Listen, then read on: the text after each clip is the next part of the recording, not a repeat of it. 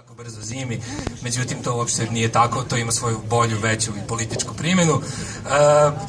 Znate šta je bilo, rušilo se tamo na Savamala, isto do sad je to za nas bio samo jedan grozan film sa Ljubišom Samardžićem iz 1981.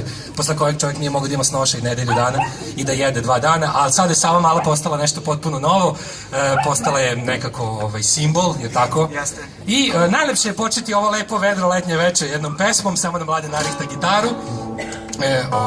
Jesi naštalo? To je taj ruski štim. Izvinjam se, čitao sam Kurir danas. Da, danas Tamo je bilo kako se pravi ruski štim. specijalno date Kurira, danas rusko štimovanje.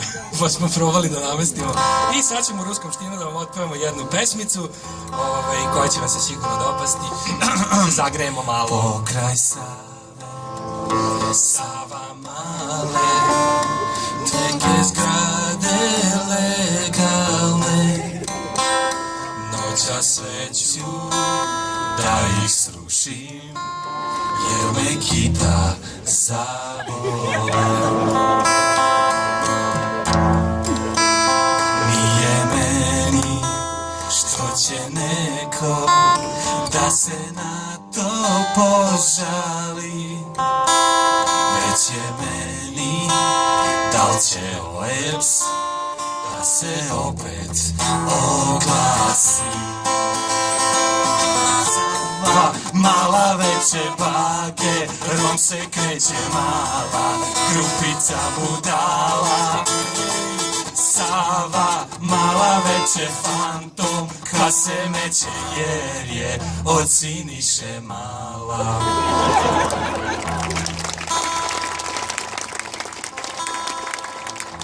Ali ima još. Slomile se ruke, noge, zaključao sam čuvara, oduzeo telefone da se niko ne javlja. Sad se vešto, nevešt pravim, ništa nije jasno mi. Ako hoćeš, ti se žali komunalnoj policiji. Idemo svi konačni večeri!